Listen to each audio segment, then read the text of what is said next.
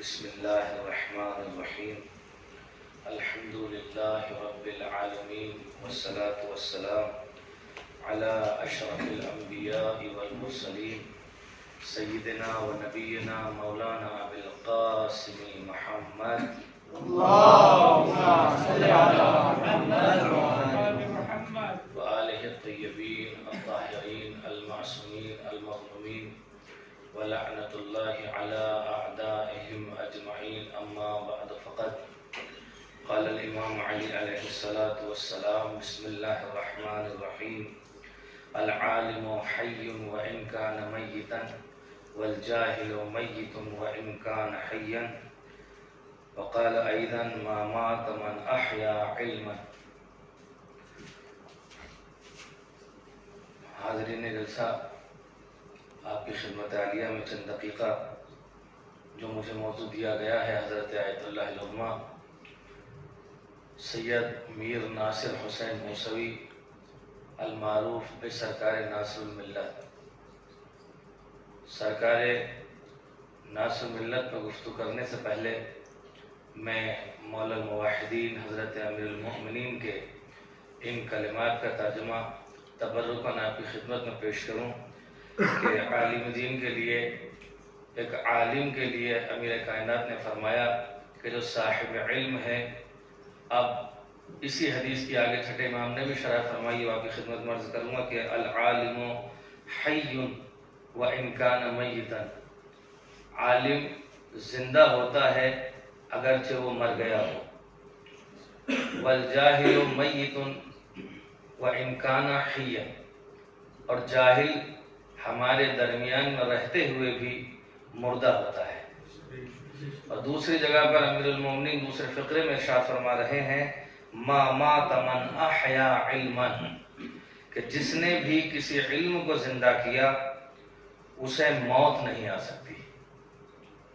امیر المومنین کے ان کلمات کے مصداق آیت اللہ ناصر الملت کہ جو بر صغیر کے چند مشہور مراجع عظام میں سے ایک مرجع وقت تھے.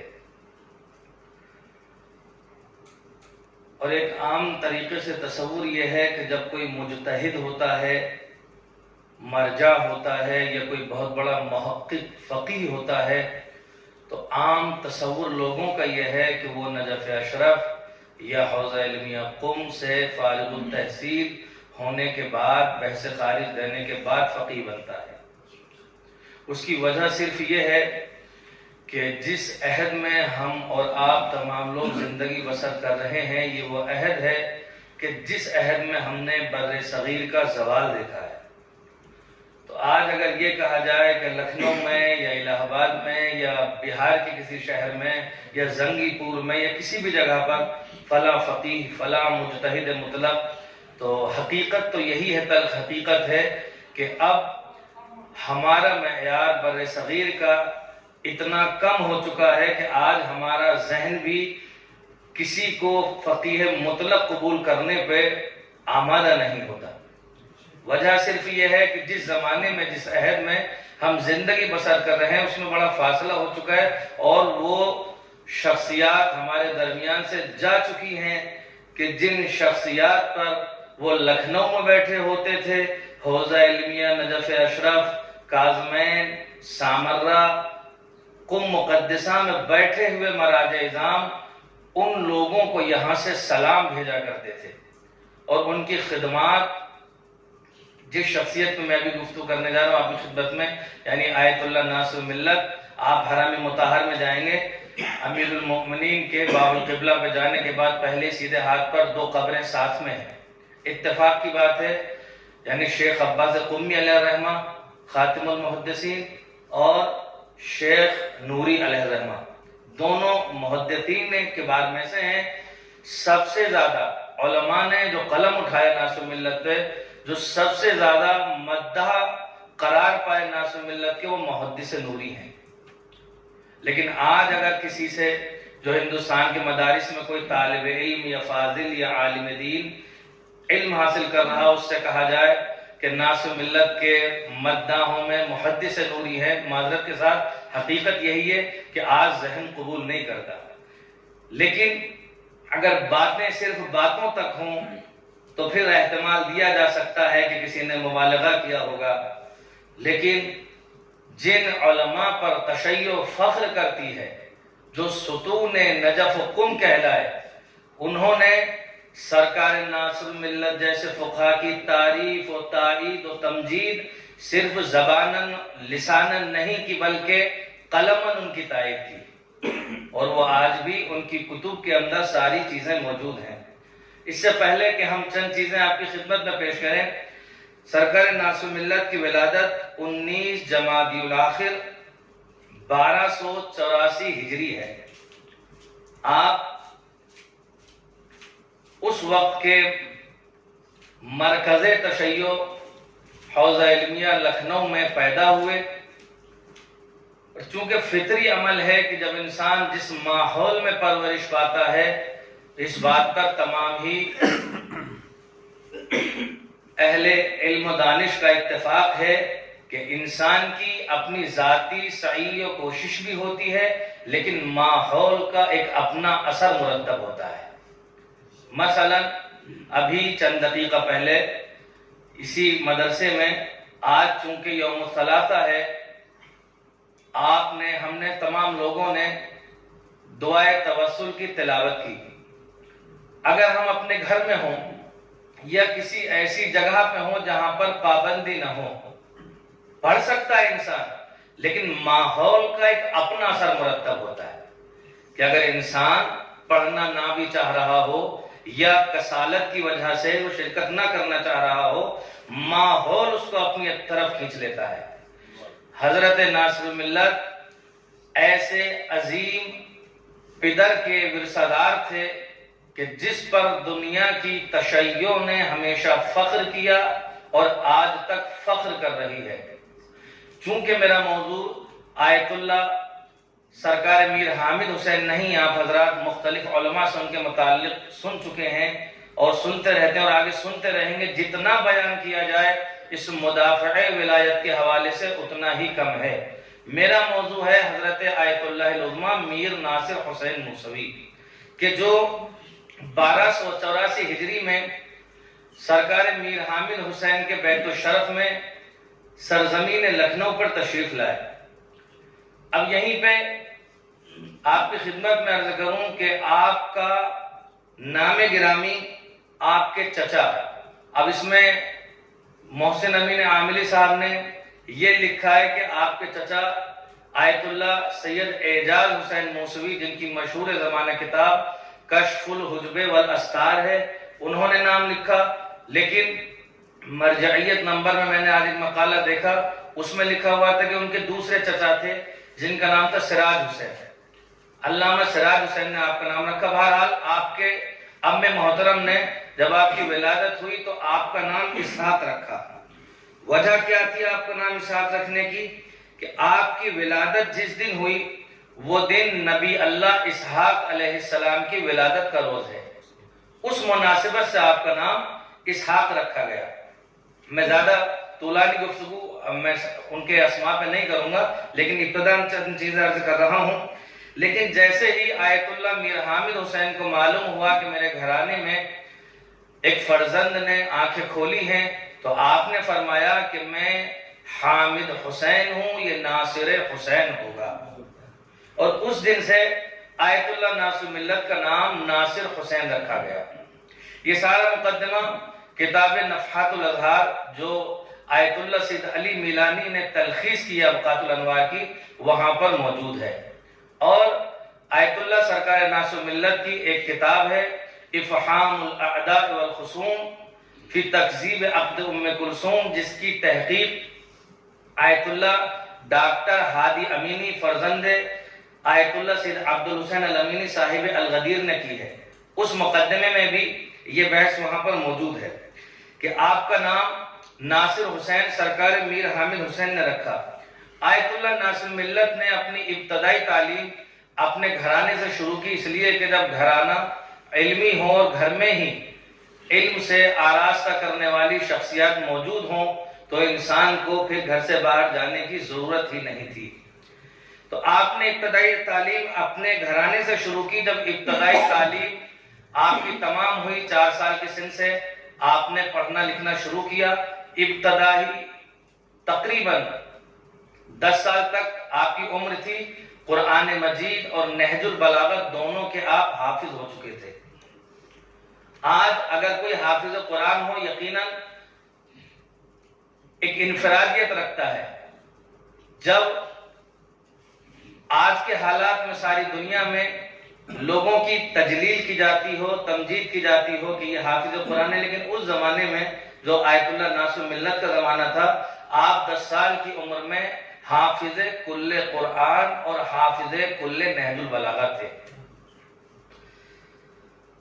ابتدائی تعلیم کے بعد آپ کو علامہ لطیف حسین صاحب کی بارگاہ میں بھیجا گیا مزید علم دین حاصل کرنے کے لیے. یہ علامہ لطیف حسین کون ہے؟ یہ آیت اللہ میر حامد حسین کے سگے بھانجے تھے.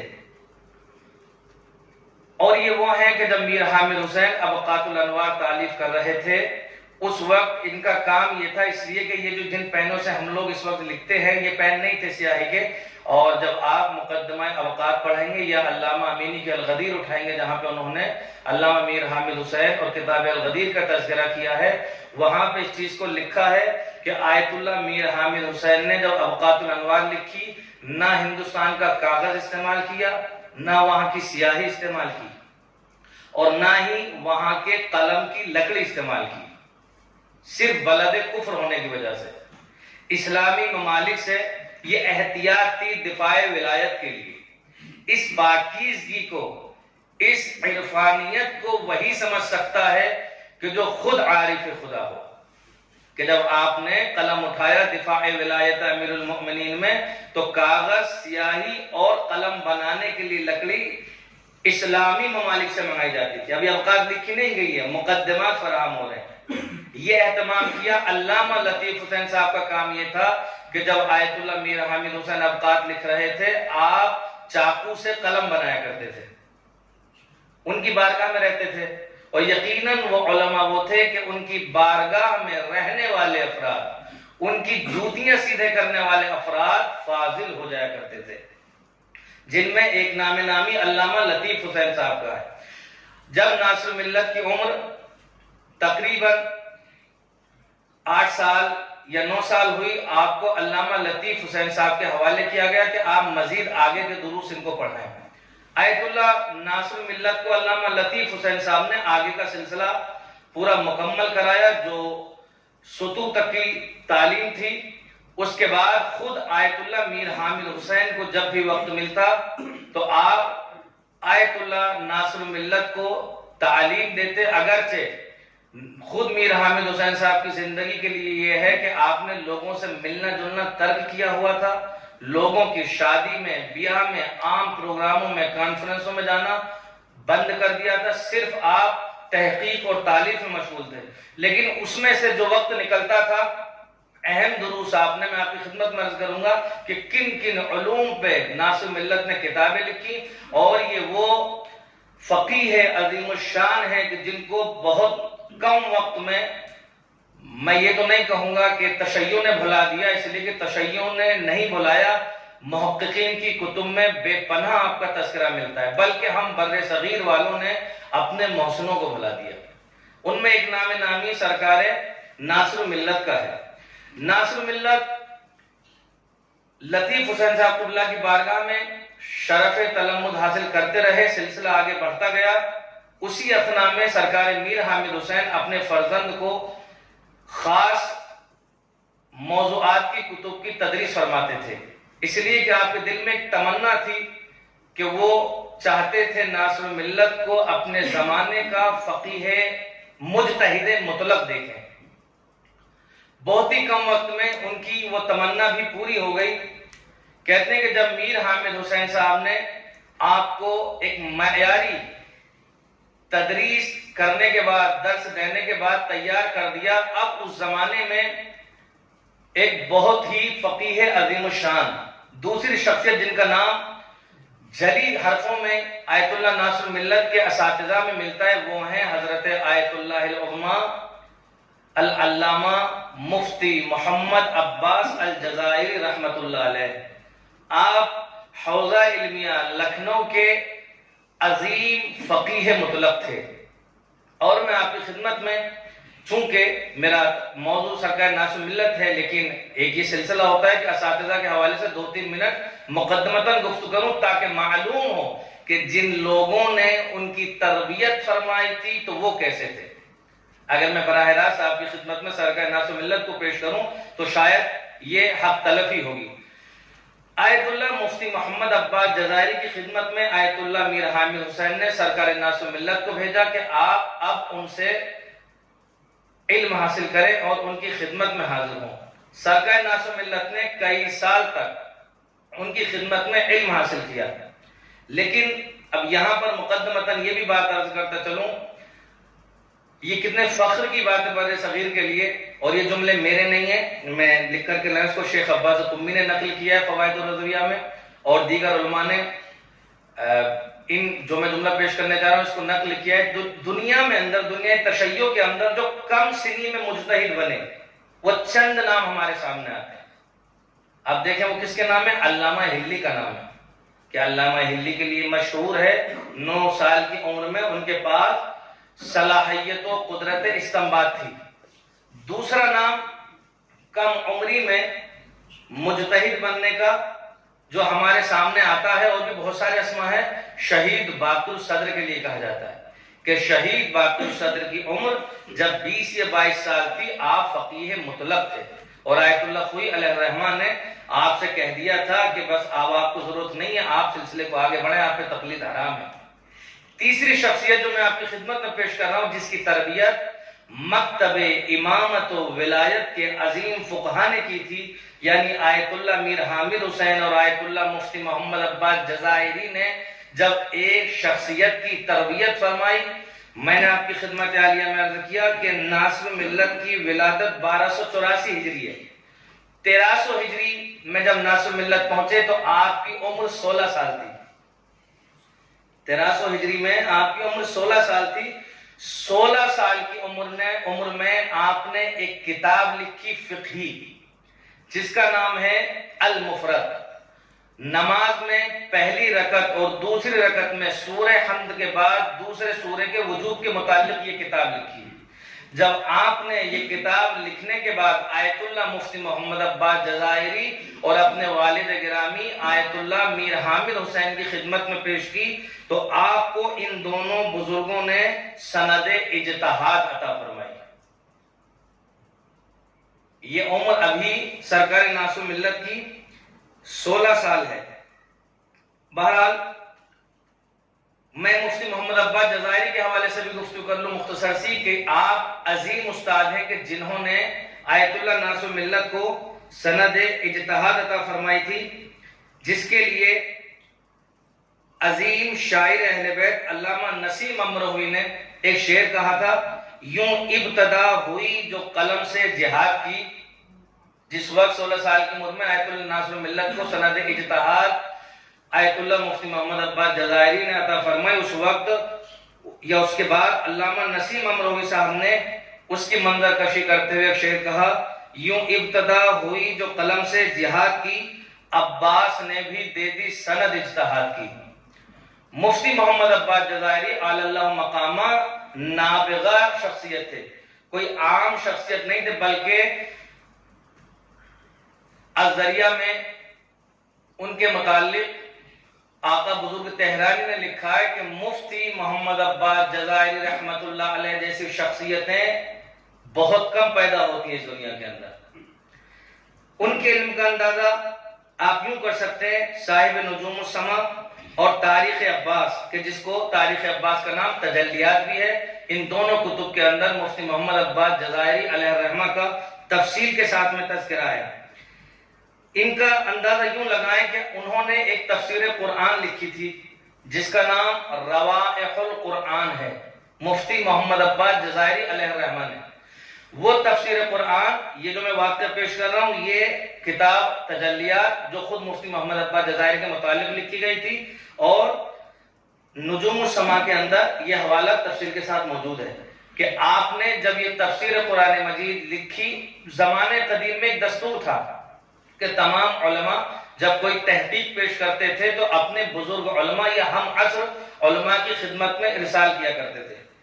مفتی محمد عباس جزائری علیہ الرحمہ کا جو زمانہ ہے، مفتی یہاں پر نجف اشرف میں وہ زمانہ تھا شیخ مرتضی انصاری علیہ الرحمہ، شیخ مرتضی انصاری علیہ الرحمہ کے زمانے میں آپ لکھنؤ کے اندر تھے۔ آپ نے اس زمانے میں جو تفسیر قرآن مجید لکھی اور روائح القرآن ایک شخص کے ذریعے یہاں بھیجی۔ کہتے ہیں کہ اس وقت نجف اشرف میں جب وہ کتاب ان کی خدمت میں پہنچی، آپ درس دے رہے تھے۔ جیسے ہی درس کے بعد آپ کو معلوم ہوا کہ مفتی صاحب نے لکھنؤ سے ہمارے لیے ہدیہ بھیجا ہے، یہ جملے مبالغہ آرائی نہیں ہے، بلکہ میں نے کہا کہ میرے نہیں صاحب کتاب جو ان کی مدح میں لکھے گئے، اس وقت کے عظیم فقیہ شیخ مرتضی انصاری، آپ سے بہتر کون جانے گا کہ ان کی کتاب اگر کوئی نہ پڑھے تو وہ اجتہاد کی خوشبو بھی نہیں سونگھ سکتا۔ وہ فرماتے ہیں کہ جیسے ہی وہ شخص لکھنؤ سے کتاب لے کے آیا، اس کو اپنی جگہ پہ بٹھایا، اس کتاب کو سر پہ رکھا، جتنے بھی افاضل موجود تھے درس کے اندر سب سے فرمایا، اس کو دیکھنے کے بعد ملاحظہ کرنے کے بعد پھر خط لکھا مفتی محمد عباس جزائری کے لیے، وہ بھی تاریخ عباس کے اندر موجود ہے، اس میں لکھا اور آپ نے فرمایا کہ اس سے بہتر تفسیر نہ میں نے متقدمین میں دیکھی ہے نہ متاخرین میں دیکھی ہے۔ اگر مرزا ظہیر کوئی جملہ کہیں تو وہ خطابت ہو سکتی ہے، وہ اپنی ذاتی محبت ہو سکتی ہے، لیکن کون کہہ رہا ہے؟ شیخ مرتضی انصاری کہ میں نے تفسیر روائح القرآن جیسی تفسیر نہ متقدمین میں دیکھی ہے نہ متاخرین میں۔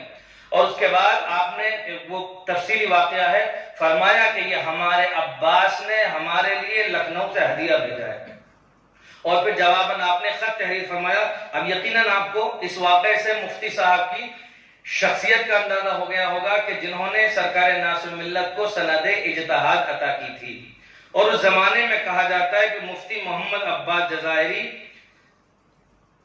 اصول فقہ، تفسیر، حدیث، تاریخ، ادب کے دروس حوزہ علم لکھنؤ میں دیا کرتے تھے۔ جیسا کہ آپ کے درس کا ایک واقعہ بہت مشہور ہے، یہ بھی تجلیات کے اندر موجود ہے کہ ایک مرتبہ آپ لکھنؤ میں درس دے رہے تھے، اور اس زمانے میں ظاہر سی بات ہے خس و خاشاک کی چھتیں ہوا کرتی تھی، کوئی کچی چھتی مٹی کی، وہاں پر بیٹھ کر کے شاگرد بیٹھے ہوئے تھے تخت پر، کسی نے آگ لگا دی، دشمنوں نے، چاروں طرف خس و خاشاک کی چھت تھی۔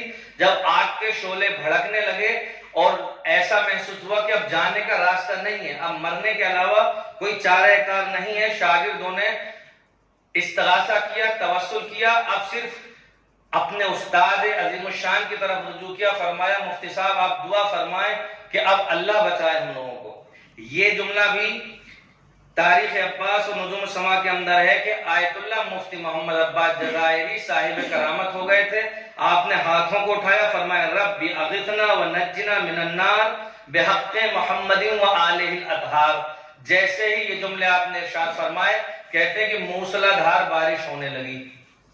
اگر بارش اتفاقی بھی ہو سکتی ہے، اگرچہ کتاب میں یہ لکھا ہوا ہے کہ اس وقت دھوپ نکلی ہوئی تھی، پورے لکھنؤ کے اندر گرمی کا ماحول تھا، لیکن صاحب کرامت مفتی صاحب کو اس لیے کہا جائے گا جتنے حصے میں آگ لگی ہوئی تھی اتنے حصے میں صرف بارش ہوئی، باقی لکھنؤ میں بارش نہیں تھی۔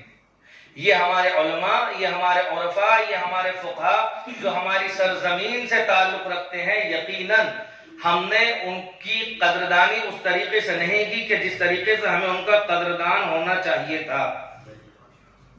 اور حوالے کے لیے نجوم السما جلد 2 صفحہ نمبر 70 پہ یہ واقعہ جو مفتی صاحب کے متعلق میں نے 4 چیزیں پیش کی موجود ہیں۔ تجلیات میں جلد 2 صفحہ 230 پر یہ واقعہ موجود ہے، ایسا نہ ہو کہ خطابت میں یا کسی نے لکھنؤ میں اپنی طرف سے لکھ دیا ہو۔ خیر، آیت اللہ ناصر ملت کو مفتی صاحب نے اور خود میر حامد حسین صاحب پہ میں خود گفتگو نہیں کرنا چاہ رہا ہوں، اس لیے کہ میرا وہ موضوع نہیں ہے، وہ خود ایک الگ موضوع ہے۔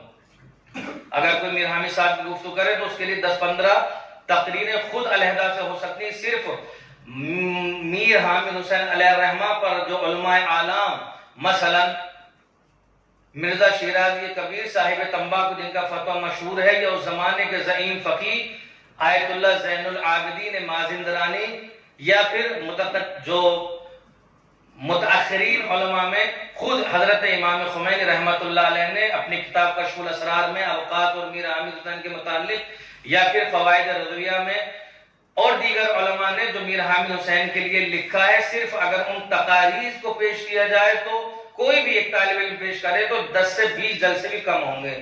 نہ یہ کہ ان کی شخصیت پہ بولنے کے لیے، بلکہ ان کی تجلیل کے لیے جو علماء اور فقہاء نے قلم اٹھایا اس کے لیے بھی اس کو بھی بیان کرنا ناممکن ہے. میں پیش کر رہا ہوں آپ کی خدمت میں جناب آیت اللہ ناصر الملت کے جو آیت اللہ میر حامد حسین کے فرزند تھے. ایک طریقہ آیت اللہ میر حامد حسین نے اپنے فرزند ارجمند ناصر الملت کی تعلیم و تربیت کے لیے یہ فرمایا تھا، جس کو علماء نے لکھا ہے کہ جب اپنے گھر میں آپ ان کو درس پڑھا رہے تھے مختلف موضوعات کے، جب درس پڑھا دیتے تھے اس کے بعد آپ ناصر الملت کو مسند پہ یا تخت پہ، جو بھی جہاں پہ بیٹھ کے درس دیتے تھے، بٹھاتے اور خود شاگرد بن کے بیٹھ جاتے اور فرماتے کہ اب آپ درس دیں، میں شاگرد بن کے سنوں گا. علماء نے لکھا ہے کہ آپ عالمانہ انداز میں، فقیہانہ انداز میں استدلال فرماتے، اور آیت اللہ میر حامد حسین اپنے ہی شاگرد اور اپنے ہی فرزند کو استاد تصور کر کے خود شاگرد بن کے تلمذانہ انداز میں علمی اشکالات فرماتے، اور ناصر الملت ایک متباحر عالم اور فقیہ کی طرح ان کے جوابات ارشاد فرماتے ہیں. تو میں کہوں گا اگر اس کیفیت کو ناصر ملت کو سمجھنے کے لیے اگر کوئی ان کے دونوں استاد مفتی محمد عباس جزائری یا میر حامد حسین اللہ مقامہ کی شخصیت کے بارے میں اگر تھوڑا سا بھی تصور کر لے تو وہ پھر بہت بآسانی سے سمجھ سکتا ہے کہ اگر ان کی بارگاہ میں کوئی تربیت پا رہا ہو تو وہ 16 سال کی عمر میں مجتہد مطلق بن جاتا ہے. ایسے فقیہ تھے آیت اللہ مفتی محمد عباس جزائری اور میر حامد حسین اللہ مقامہ.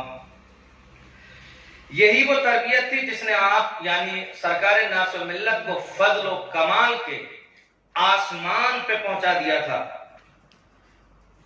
اور میر حامد حسین کے دل میں جو تمنا پروان چڑھ رہی تھی وہ مجتہد بننے کے بعد پوری ہوئی.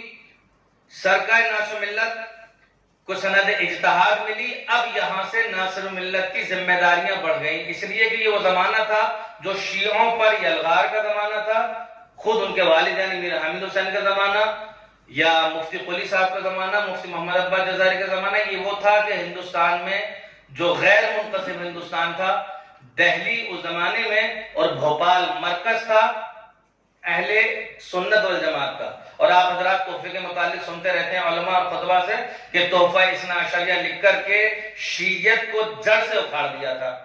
تمام علماء وہ چاہے میر حامد حسین ہوں، آپ دیکھیں کتاب تحفہ اثنا عشریہ ایک لکھی گئی تھی، اس کے جوابات میں خود مفتی محمد عباس جزائری نے جوابات لکھے، خود آیت اللہ غفران معاف دلدار علی غفران معاف علیہ الرحمن نے جوابات لکھے. اس زمانے کے عظیم فقہاء میں خود میر حامد حسین صاحب کے والد آیت اللہ العظمیٰ محدث کبیر مفتی محمد قلی نے جوابات لکھے. خود میر حامد حسین نے ابقات کی شکل میں جواب دیا. اور درگاہ شریف دہلی کے اندر شہید رابع علیہ الرحمہ جو مدفون ہے، مولانا آیت اللہ مرزا محمد کامل کشمیری جن کو شہید رابع کہا جاتا ہے، انہوں نے بھی شاہ محدث دہلوی کا جواب لکھا. لیکن تمام علماء نے اور ایران عراق سے بھی بعض جوابات لکھے گئے. اب یہ میں نے جیسا کہ آپ کی خدمت میں عرض کیا تھا، میر حامد حسین کا خلوص تھا اور ان کی رعایتیں تھیں جوابات دینے کے لیے. جیسا کہ میں نے کہا نا، قلم استعمال اتنی پاکیزگی کہ اگر ولایت کے دفاع میں قلم چلے تو کاغذ اور سیاہی اور دوات بھی مسلم ممالک کی ہونا چاہیے. تو یہ ان کا خلوص تھا کہ پھر ساری دنیا میں جو اوقات کو حیثیت حاصل ہوئی امامت و ولایت پہ، آج مکتب تشیع میں جو سب سے بڑا ہمارے پاس سرمایہ ہے وہ اوقات ہے. اس لیے کہ اوقات میرا موضوع نہیں ہے اس وقت میں تفصیل میں جاؤں. اوقات کو اگر سمجھنا ہے تو آیت اللہ امینی صاحب الغدیر، اس لیے کہ اگر امامت کا بات کریں گے تو سب سے پہلے انسان الغدیر کو پیش کرے گا، لیکن خود صاحب الغدیر نے جو اوقات اور صاحب اوقات کے لیے لکھا ہے اس کو پڑھنے کے بعد یہ ذہن کے اندر جو چیزیں ہوتی ہیں وہ واضح ہو جاتی ہیں سارے اصطلاح کہ ابقات کیا ہے. آیت اللہ بروجردی سے کسی نے تم میں کہا میں غدیر پر ایک مقالہ لکھنا چاہتا ہوں تحقیقی، آپ یہ بتائیں حوالوں کے لیے ریفرنسز کے لیے میں ابقات اٹھاؤں یا الغدیر؟ تو انہوں نے فرمایا کہ کبھی بھی الغدیر کو ابقات پہ فوقیت نہیں دی جا سکتی. فرمایا کیوں؟ کہا اس لیے کہ جب میر حامد حسین نے امامت کے دفاع میں قلم چلایا اس زمانے میں احادیث ناپید ہو چکی تھیں، مکتبات جل چکے تھے، تشیع کا زوال تھا، ہمارے پاس کچھ نہیں تھا. انہوں نے پوری دنیا کے سفر کیے، سمندروں کا سفر کیا. آپ مشہور واقعہ ہے ان کا کہ ایک حوالہ چاہیے تو ان کو الغدیر کے لیے، وہ حوالہ صرف مدینہ منورہ کی ایک لائبریری کے اندر تھا جو حنفی عالم دین کی ذاتی لائبریری تھی گھر کی. جب آپ کو معلوم ہوا، آپ نے وہاں کا سفر کیا، وہاں جا کر کے کہا کہ میں ایک پڑھا لکھا انسان ہوں، میں خادم کی نوکری چاہتا ہوں آپ کے دفتر کے اندر، آپ کے مکتبے میں. کہا کچھ پڑھنا لکھنا جانتے ہو؟ فرمایا کہاں سے آئے؟ کہا ہندوستان سے. تو وہ زمانہ نہیں تھا کہ موبائل لے کے جائیں فوٹو کھینچ لیں یا کتاب لے کے جائیں فوٹو کاپی کرا لی جائے چھپ کر کے.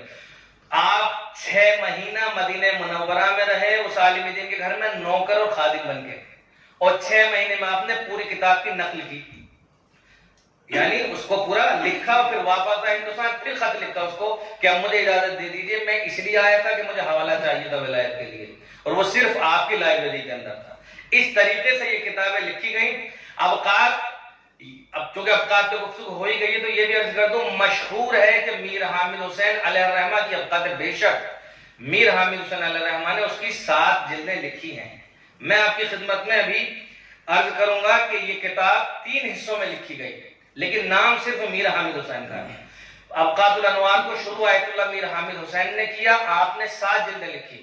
پھر اس لیے کہ حدیثیں ہیں، اور حدیثوں سے جن حدیثوں سے انکار کیا تھا محدث دہلوی نے کہ امامت کو جن سے یہ ثابت کرتے شیعہ، اس نے ان کو بالکل ختم کر دیا تھا. تو انہی حدیثوں کا جواب حدیثوں کی شکل میں، ان کے راویوں کا ذکر اور وہ کس زمانے کے تھے، اس زمانے سے سن 10 ہجری سے آج تک میر حامد حسین نے پورا کھنگالا تھا اس کو. میر حامد حسین نے 7 جلدیں لکھی، پھر اس کے بعد ان کا انتقال ہو گیا. ناصر الملت نے اس سلسلے کو آگے بڑھایا. ناصر الملت نے 4 حدیثوں پر 2 جلدیں لکھی، 8 جلدیں. ان کا بھی انتقال ہو گیا. پھر انہی کے فرزند آیت اللہ محمد سعید الموسوی سرکار سید الملت نے حدیث خیبر پر ابقات الانوار کو مکمل کیا. علماء محققین کا یہ کہنا ہے، شیخ علی اکبر مہدوی پور نمائندہ رہبر نہیں ہندوستان میں بلکہ ایک بہت بڑے محقق ہیں حوزہ علم قم کے اندر، شیخ علی اکبر مہدوی پور، وہ کہتے ہیں کہ ابقات الانوار کو دیکھنے کے بعد کیا معجزانہ لکھا ہے اس کتاب کو کہ کوئی تصنیف حامدی اور ناصری اور سعیدی میں فرق نہیں کر سکتا کہ دادا نے کہاں پہ چھوڑی، پوتے نے کہاں سے شروع کیا، بیٹے نے کہاں سے شروع کیا تھا اس سلسلے کو، کہ کوئی معیار میں فرق نظر نہیں آتا. اور محققین آج اس کی شناخت کرنے سے عاجز ہیں کہ کہاں پہ انہوں نے چھوڑا تھا. اس لیے کہ خود اس کا تذکرہ، اب یہ خلوص ہے سرکار ناصر ملت کا کہ آپ نے ضخیم 8 جلدیں لکھنے کے بعد وہ 8 کی 8 جلدیں تجلیلاً اپنے والد کے احترام میں، اپنے والد کی تجلیل، آیت اللہ میر حامد حسین کی تجلیل کے لیے ان کے احترام میں انہی کے نام سے شائع کی. بہت خلوص چاہیے. ایک مقالہ لکھنے کے بعد اگر کسی دوسرے برادر سے کہہ دیا جائے ان کے نام سے چھپ جائے گا، پھر انسان اپنے اوپر رکھ کے سوچے، اگر محنت کرے 4 صفحے لکھنے کے بعد کسی دوسرے کے نام سے کیسے چھپ سکتی کوئی چیز. لیکن یہ خلوص تھا جہاں پر انسان اپنے نفس کو آگے نہیں لے کے آتا بلکہ نظروں میں دفاع امامت و ولایت ہوتا ہے. تو وہاں پہ یہ فرق نہیں پڑتا کہ نام کس کا ہے، فرق یہ پڑتا ہے کہ دفاع کس کا ہو رہا ہے. تو آیت اللہ ناصر ملت نے بھی ابقات الانوار کی 8 جلدیں لکھی. بہرحال سرکار ناصر ملت کا ایک مشہور لقب جو ہمارے بر صغیر میں ہے وہ ہے صدر المحققین. صدر المحققین آیت اللہ ناصر ملت کا مشہور لقب ہے. آیت اللہ ناصر ملت نے جب میر حامد حسین صاحب کا انتقال ہو گیا تو جیسا کہ میں نے عرض کیا، میر حامد حسین علی اللہ مقاموں نہ کسی سے زیادہ ملتے تھے، نہ ہی پروگراموں میں شرکت کرتے تھے، وہ صرف کتابیں لکھتے تھے. لیکن جب ناصر ملت کی عمر تقریباً 21 سال ہو چکی تھی، 22 سال میں اب داخل ہوئے جب سرکار میر حامد حسین کا انتقال ہوا. اب پوری ذمہ داری وہ آپ کے کاندھوں پہ آئی. آپ نے دیکھا کہ اس وقت تشیع ہندوستان کے اندر بے یار و مددگار ہے. اب ایسے کام نہیں چلے گا کہ صرف گھر میں بیٹھے رہے، بلکہ اس زمانے میں آپ نے تنظیمیں منظم کی اور آپ نے ایک کمیٹی تشکیل دی جس کا نام صدر الصدور رکھا گیا، جس کے آپ سرگرداں تھے، آپ اس کے صدر قرار پائے۔ اسی زمانے میں اور بھی 2 فقیہ تھے ناصر ملت کے زمانے میں جب یہ کمیٹی بنی صدر الصدور، وہ بھی مجتہد مطلق تھے لکھنؤ میں۔ کون؟ حضرت آیت اللہ العظمیٰ سید نجم الحسن سرکار نجم الملت، جو مدرسہ ناظمیہ ہے ان کے بزرگوں میں آتے ہیں۔ خود مفتی محمد عباس جزائری کے متعلق عرض کر دوں، یہ جو مدرسہ ہے مدرسہ ناظمیہ، یہ مفتی محمد عباس جزائری اعلی اللہ مقاموں کے بزرگوں کا ہے، یہ اسی فیملی سے تعلق رکھتے ہیں۔ اور قم کے اندر ابھی انتقال ہوا ہے 2-3 سال پہلے آیت اللہ مفتی طیب آغا جزائری، وہ انہی کی نسل سے، ان کے احفاد میں سے تھے، ان کے پوتے تھے۔ بہرحال میں آپ کی خدمت عالیہ میں عرض کر رہا تھا کہ سرکار ناصر ملت کے زمانے میں جب صدر الصدور کمیٹی بنی، اس زمانے میں سرکار نجم ملت اور آیت اللہ آقا حسن، جن کو قدوۃ العلماء کہا جاتا تھا، یہ دونوں بھی فقیہ تھے لکھنؤ کے اندر۔ ان دونوں نے کہا کہ آپ آگے بڑھے، ہم آپ کے ساتھ ہیں۔ اس زمانے میں کمیٹی بنی شیعوں کے مسائل کو حل کرنے کے لیے۔ ہندوستان کے علماء نے نہیں بلکہ ایران عراق کے علماء نے لکھا ہے کہ اس کمیٹی کا مطلب حکومت میں کوئی منصب یا عہدہ یا ذاتی تعلقات بنانا نہیں تھا، بلکہ شیعت کے مسائل کو حل کرنا مقصود تھا۔ اور اگر اس کمیٹی کو پڑھنا ہے تو نواب رضا علی خان نے آیت اللہ ناصر ملت کے انتقال پر جو تاجت نامہ لکھا، اس میں فرمایا کہ جب میں نے شرکت کی اور میں نے ناصر ملت کو جب پایا کہ جب وہ جو بھی کچھ بیان فرماتے تھے، وہ صرف عالم نہ تھے بلکہ سیاست میں بھی جب وہ کوئی نظریہ دیتے تھے تو پھر وہ ڈٹ جاتے تھے۔ اور جس کی زندہ مثال آیت اللہ ناصر ملت کے زمانے میں تبرہ ایجیٹیشن کی تحریک ہے، جس کو آپ حضرات نے اپنے بزرگوں سے، ہم نے سبھی نے سنا ہے کہ تبرہ ایجیٹیشن ہوا اور مدح صحابہ کے مقابلے پر محاذ حسینی کی بنیاد ناصر ملت نے رکھی، تحریک چلی اس زمانے میں۔ یہ تو قلم کی خدمات ہے، میں آپ کی خدمت میں ان کی چند کتابیں پیش کروں گا، لیکن ناصر ملت نے جب اپنے رخ کو اپنے والد کے رخ سے ہٹایا تھوڑا سا، اور تعلیمی کام کے ساتھ ساتھ آپ نے ثقافتی کاموں کی طرف بنیاد رکھی۔ بہت ساری باتیں ہمارے سامنے لیکن ذہنوں میں نہیں ہوتی۔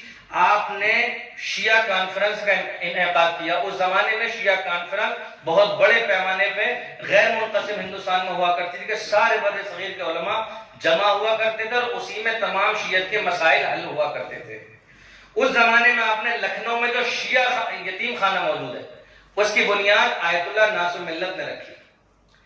تیسرا، شیعہ کالج، جو لکھنؤ میں شیعہ کالج ہے، آج ہم لوگوں کو معلوم نہیں ہے کہ کن بزرگوں نے اس کی بنیاد رکھی ہے۔ اگرچہ ساتھ میں قدوۃ العلماء اور نجم الحسن صاحب بھی موجود تھے، لیکن یہ اس کی بنیاد عہد مرضیت ناصر ملت میں سرکار ناصر ملت کے ہاتھوں سے رکھی گئی۔ یہ آپ کا وہ عظیم کارنامہ ہے شیعہ کالج کا، یعنی صرف حوزوی تعلیم پر آپ کی نظر نہیں تھی، وہ میں آپ کی خدمت میں عرض کروں گا کہ جو انہوں نے دروس دیا اور جو درس دیا کرتے تھے وہ حدیث کے اور فقہ کے اور ادبیات کے سرکار ناصر ملت کے۔ کہتے ہیں کہ آپ نے 16 سال کی عمر میں جب آپ کو سند استحال ملی، آپ نے باقاعدہ تدریس کا آغاز کیا۔ ہر روز 15 درس پڑھاتے تھے آپ تقریباً، جس میں سب سے زیادہ جو آپ کے درس ہوتے تھے وہ ادبیات، حدیث اور فقہ ہوتے تھے، جس کی بنیاد پر کیا سنی کیا شیعہ ہر ایک آپ کے درس میں آتا تھا لکھنؤ میں۔ وہ لکھنؤ نہیں تھا بلکہ وہ لکھنؤ آج کے نجف سے بھی بہت بہتر تھا۔ وہ لکھنؤ گویا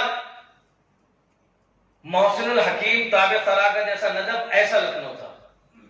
وہ لکھنؤ ایسا تھا کہ جب اس لکھنؤ میں 15 اور 16 سال کی عمر میں ایک گھرانے میں بغیر قم اور نجف آئے ہوئے کوئی بھی شخص مجتہد بن جاتا تھا۔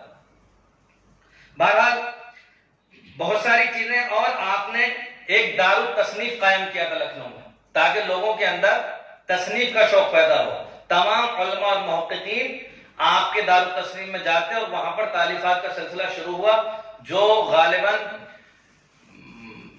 مصائب الشیعہ جو کتاب ہے ان کے رائٹر ہیں سعادت حسین خان صاحب علیہ اللہ مقاموں کی حیات تک وہ جاری رہا۔ آپ باقاعدہ اپنی آخری عمر تک جاتے تھے اور جا کر کے وہاں پر اس سلسلے کو قائم و دائم رکھا آپ نے۔ مزار شہید ثالث، اب بس میں سمیٹ رہا ہوں اس لیے کہ ٹائم آگے کی طرف بڑھ رہا ہے۔ مزار شہید ثالث یہ وہ مزار ہے کہ آیت اللہ میر حامد حسین سے پہلے یہ مزار اس شکل میں موجود نہیں تھا. جیسا کہ علماء نے لکھا ہے کہ سرکار آیت اللہ میر حامد حسین کے خواب میں معصومہ کبریٰ تشریف لائیں اور آپ نے فرمایا میر حامد حسین سے کہ آج دنیا میں جس کے نام سے، جس کے خون کے صدقے میں تشیع، میں اپنے الفاظ میں اس مفہوم کو پیش کر رہا ہوں، موجود ہے، اس کی قبر بھی لاپتہ ہے. آیت اللہ میر حامد حسین نے آگرے کا سفر فرمایا، آگرے میں لوگوں سے معلومات حاصل کی، بہت ہی تفحص کے بعد شہید ثالث قاضی نور اللہ شوستری کے مزار کی نشاندہی کی.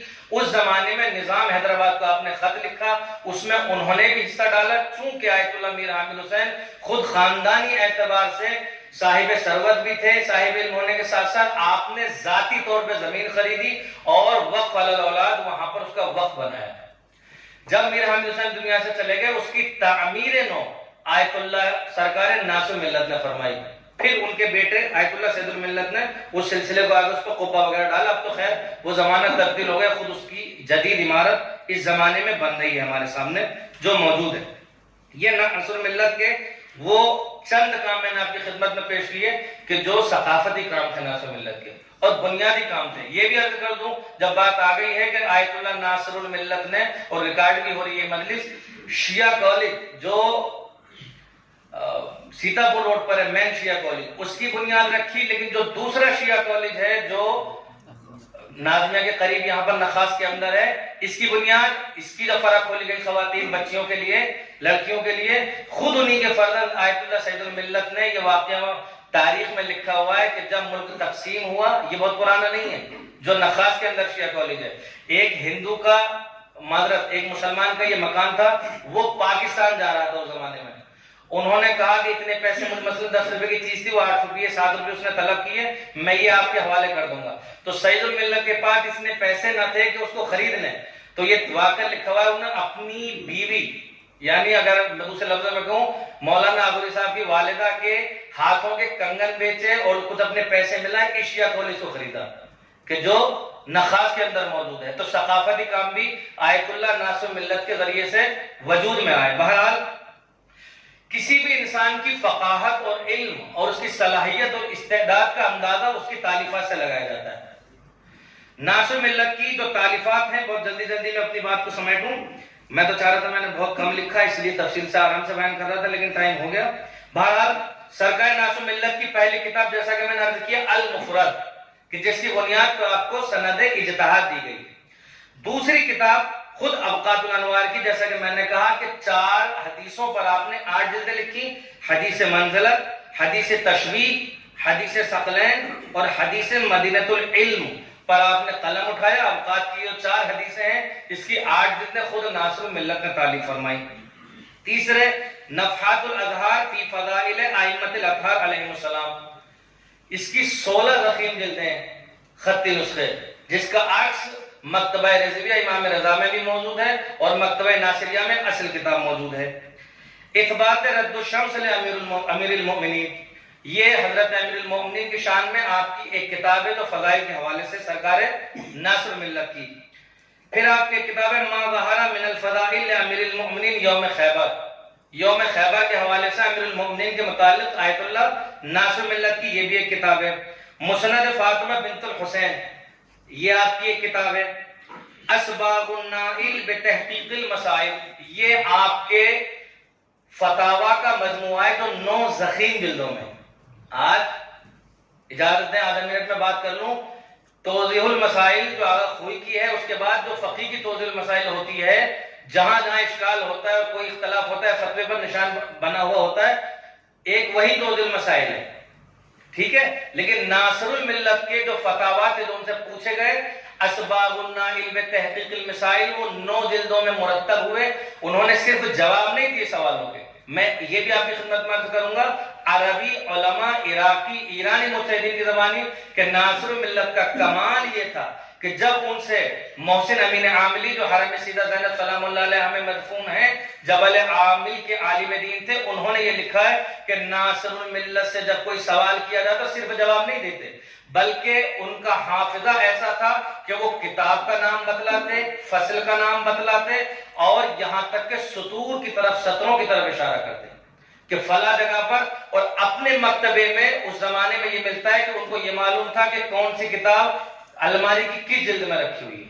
تو ایسے لوگ میں نے کہا کہ صدیوں میں پیدا ہوتے ہیں، جیسے سرکار ناصر ملت۔ دیوان اشعار، عربی، فارسی، اردو، تینوں زبانوں میں آپ کا اشعار کا دیوان ہے آیت اللہ ناصر ملت کا۔ مجموعہ خطبات، یہ بھی ضخیم جلد ہے آپ کی، اس میں کتابوں کے اندر تعداد نہیں ہے لیکن لکھا ہوا ہے کہ ضخیم جلد ہے، تو حد اقل 2 جلدیں تو اس کی ہوں گی۔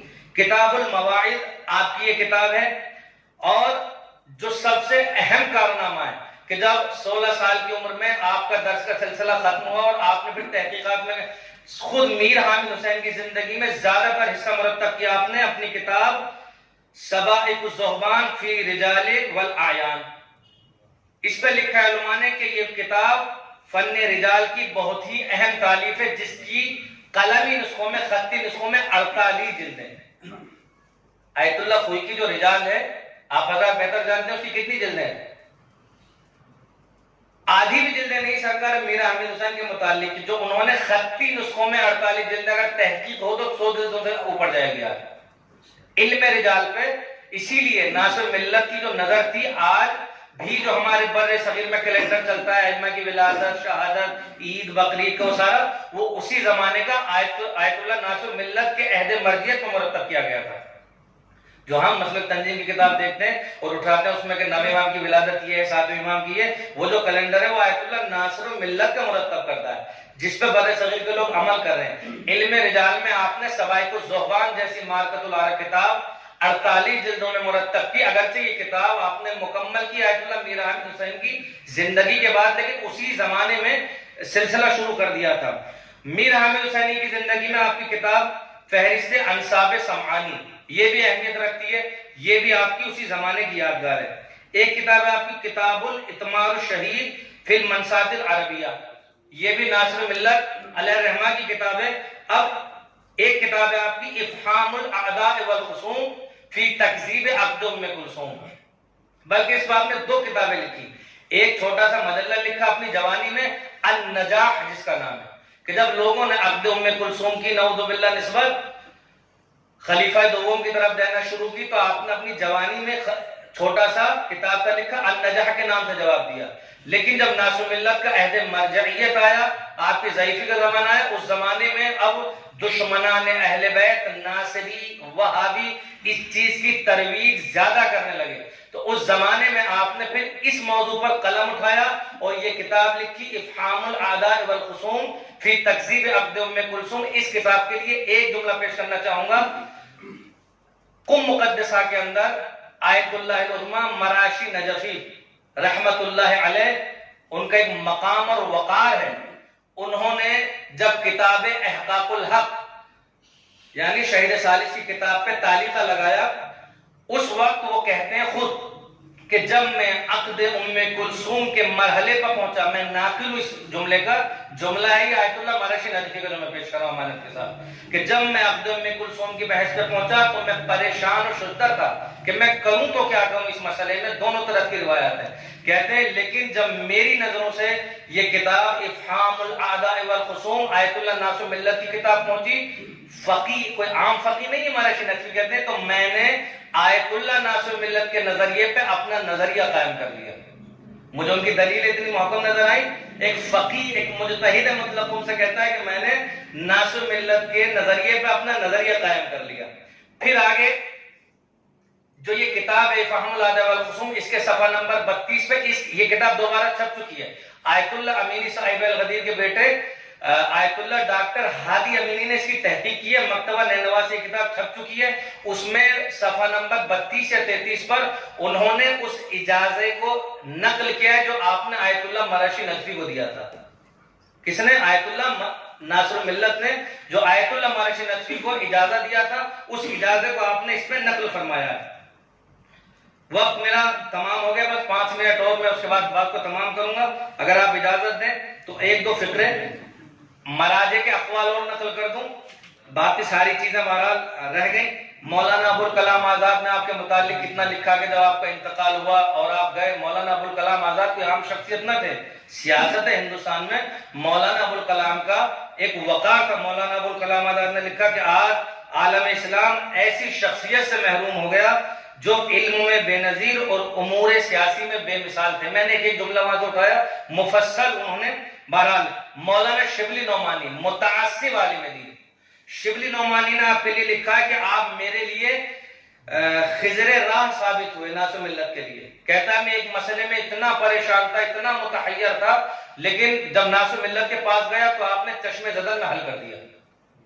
کون؟ شبلی نعمانی اس بات کو لکھ رہے ہیں کہ میرے لیے خضر راہ ثابت ہوئے سرکار ناس و ملت. اسی زمانے کا واقعہ ہے کہ عبد ام کلثوم پہ وہابیوں سے ایک مناظرہ ہوا. کسی وہابی نے چیلنج کر دیا لکھنؤ میں کہ بہار الانوار میں روایت موجود ہے کہ عبد ہوا نعوذ باللہ خلیفہ بانی کے ساتھ.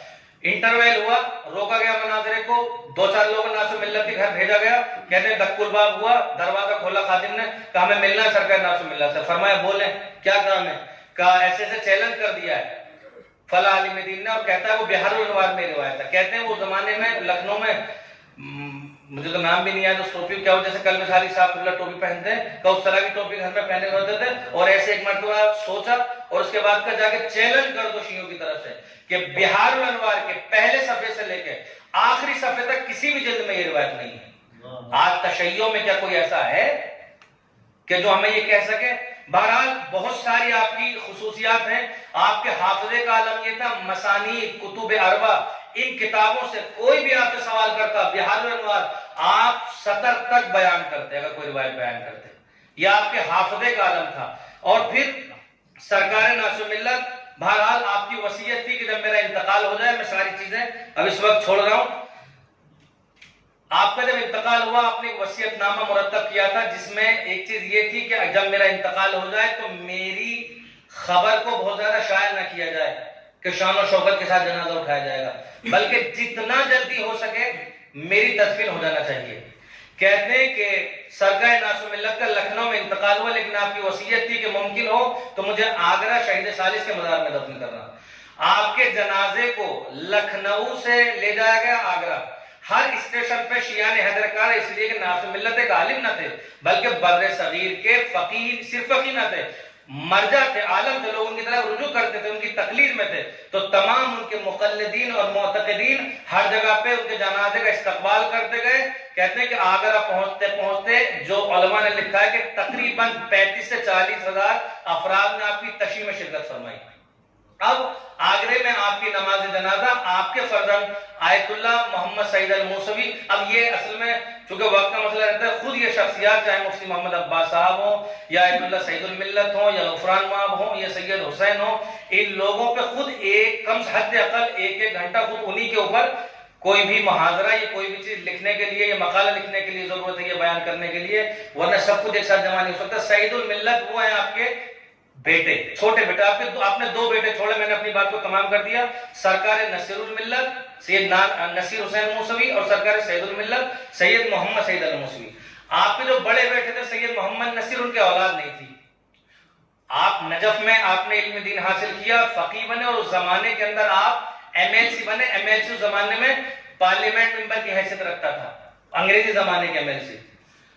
اور آپ نے شیعوں کے مسائل کو حل کیا. جب انتقال ہوا آپ کے جنازے کو بغداد ایئرپورٹ لایا گیا. محسن الحکیم تابع سرا کا زمانہ تھا، آپ نے کربلا میں ان کی تشییع جنازہ میں شرکت فرمائی. آیت اللہ، اور اس زمانے میں کربلا کے اندر جو فقیہ تھے آیت اللہ میلانی کے دادا سید میلانی، انہوں نے 3 دن حوزہ علم کربلا کی چھٹی کی اور فاتحہ کی مجلس منعقد ہوئی. حرم امام حسین علیہ السلام میں جب آپ باب القبلہ سے داخل ہوں گے، سیدھے ہاتھ پر جو نماز جماعت ہوتی ہے سید محمد تقی شیرازی کا مقبرہ ہے. وہ سید محمد تقی شیرازی کی قبر جہاں پہ امام کھڑا ہوتا ہے، اس کے بعد کونے میں ایک دروازہ ہے، میرے ذہن سے اس وقت نام نکل رہا ہے، حرم امام حسین کا.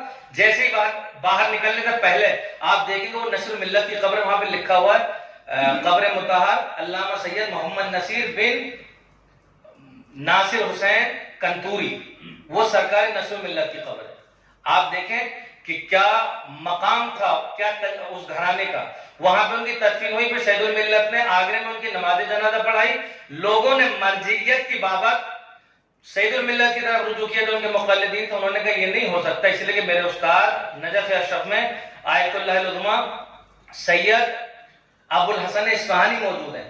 ایسا نہیں ہو سکتا کہ لوگ میری طرف رجوع کریں. آپ تمام لوگ جتنے بھی ناصر ملت کے مقلدین ہیں تمام لوگ ابو الحسن اصفہانی کی تقلید کریں. تو اس جیسے ناصر ملت اگرچہ مجتہدین بعد میں بھی ہوئے, پہلے بھی ہوئے, آخری مجتہد ٹھہرے بر صغیر کے کہ جب مرجعیت بر صغیر سے نجف کی طرف آئی. اور آیت اللہ ابو الحسن اصفہانی پہلے مجتہد ٹھہرے باقاعدہ بر صغیر کے لوگوں نے جن کی سب سے زیادہ تعداد میں تقلید کی.